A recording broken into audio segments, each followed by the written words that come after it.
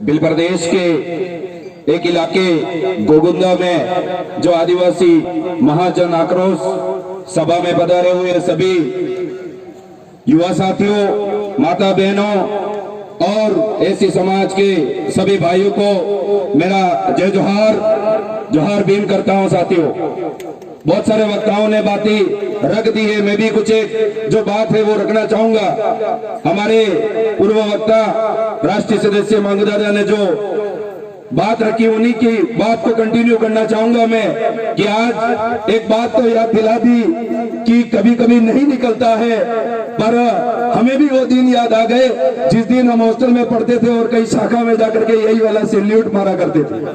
तो वहां से टूटने की वजह जो थी, वहां से निकलने की जो वजह थी वो बहुत सारी रही है।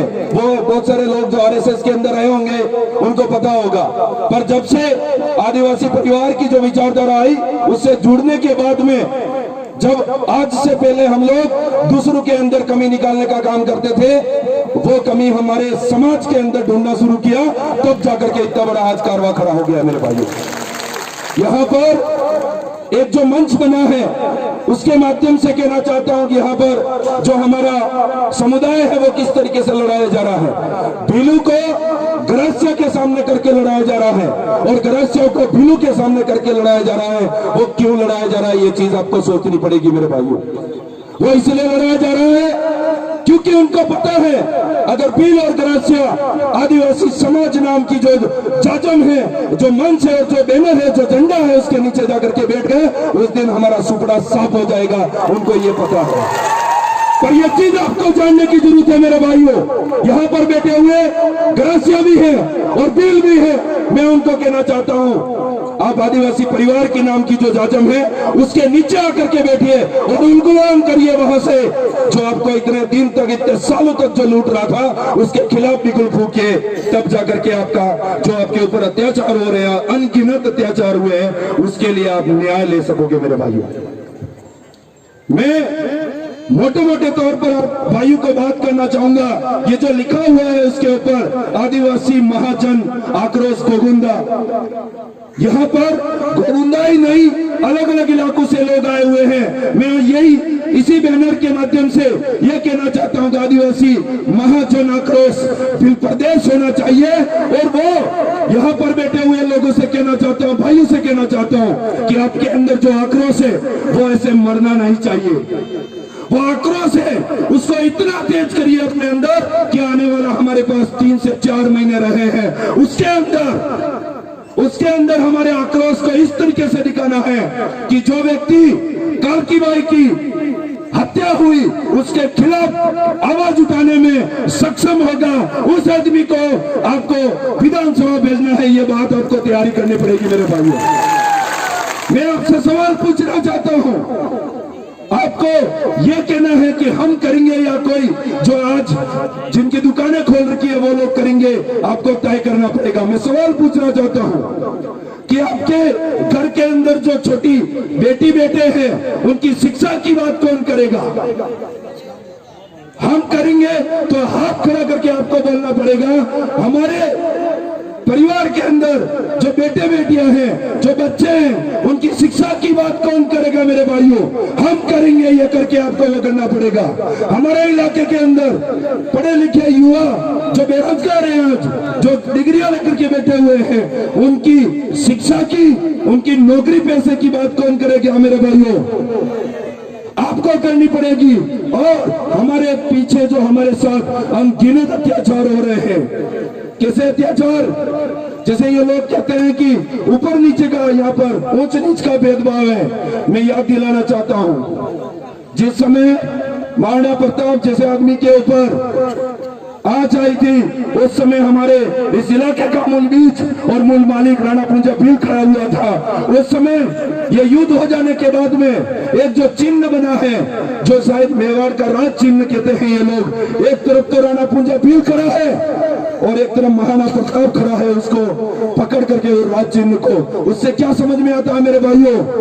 क्योंकि इस जमीन के, इस इलाके के और इस राजपाट के हम आधो हाथ के मूल धूल के मालिक हैं, ये दर्शाता है उसके अंदर मेरे भाई। तो मैं आपसे पूछना चाहता हूँ, फिर वो लोग जूते पहन करके हमारे घर से सामने गुजर जाए तो उसको मारने जैसे उतावले हो जाते हैं और उस व्यक्ति को मार भी देते हैं, उस औरत को मार भी देते हैं। तो फिर ये ऊंच नीच की भेदभाव क्यों हुआ?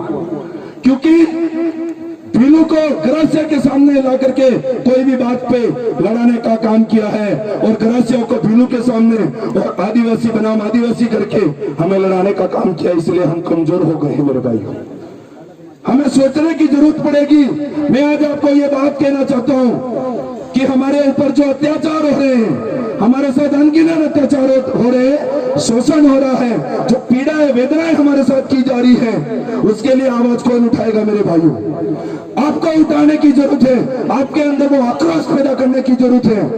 और आप कैसे करोगे ये बात भी तो हमें बतानी पड़ेगी। आप कैसे करोगे? वो दिन और वो समय दूर नहीं है मेरे भाइयों। अपने अंदर जितना आक्रोश है उसको तेज करिए और अपने इलाके के अंदर काम करिए, अपने समाज को जोड़ने का काम करिए। आने वाले समय के अंदर बहुत बड़ा लोकतंत्र का पर्व आने वाला है।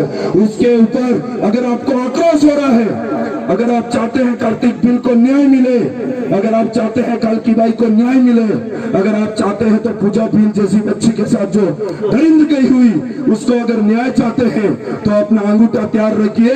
और आपके जजों पर जो तय होने वाला व्यक्ति है, सिलेक्शन प्रणाली के द्वारा जो तय होने वाला व्यक्ति है, उस आदमी के चुनाव चिन्ह पर जाकर के बटन दबाइए, अपना गुस्सा दिखाइए, उसको विधानसभा भेज दीजिए। मेरे भाइयों मैं ये कहना चाहता हूं, अगर ये काम आप करेंगे तो कहीं से आपके इलाके से, भील प्रदेश के किसी कोने से हमारे बब्बर से राम प्रसाद जी डिंडोर जैसे विधायक बन करके विधानसभा में दौड़ेंगे, तब स्पीकर भी हिलने लग जाएंगे। उनको पता है अभी ये ऐसी न्याय जो अन्याय हुआ है उसकी बात उठाने वाले हैं। और किसी कोने से हमारे इलाके के अंदर हर प्रकार की कोई न कोई समस्या होती है और वो हमेशा हमारे लिए आवाज उठाते हैं, हमारे युवाओं के अंदर, दिल के अंदर छाए हुए हैं। वैसे विधायक आपके बीच में राजकुमार जी रोज जैसे तैयार होकर के खड़े हो जाएंगे, वो बात आपकी उठाएंगे। ये बात आपको गांठ बांधने की जरूरत है मेरे भाई।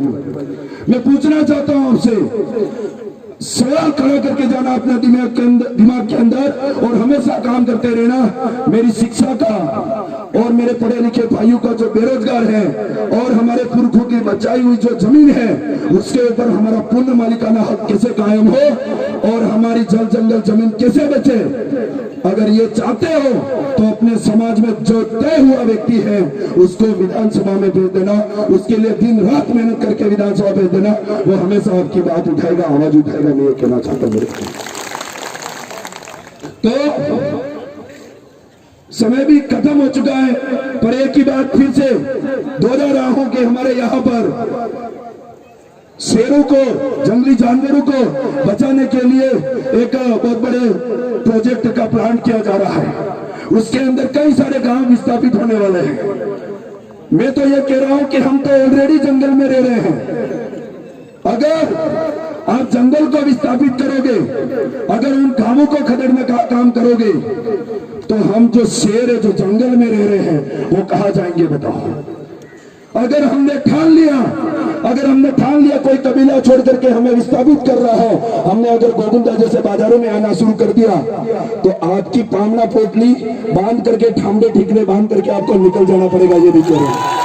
इसलिए मैं कह रहा हूं कि हम जहां पर बचे हुए हैं वहां से खदेड़ने की और छेड़ने की भी और आंख निकाल करके देखने की भी जरूरत मत करना, वरना आपके बनाए मेल है ना, वो ठामडे ठिकरे वही रह जाएंगे और आपको छोड़ करके जाना पड़ेगा। ये यहां से कहना चाहता हूं मैं। आप शेर को बचा रहे, आदिवासी को विस्थापित करते, हम भी शेर हैं। अगर जिस दिन हम विस्थापित होने लग गए, उस दिन अगर हमने गुलाम कर दिया तो शायद माइक भी बंद हो गए। धन्यवाद, आभार, जोहार आपको।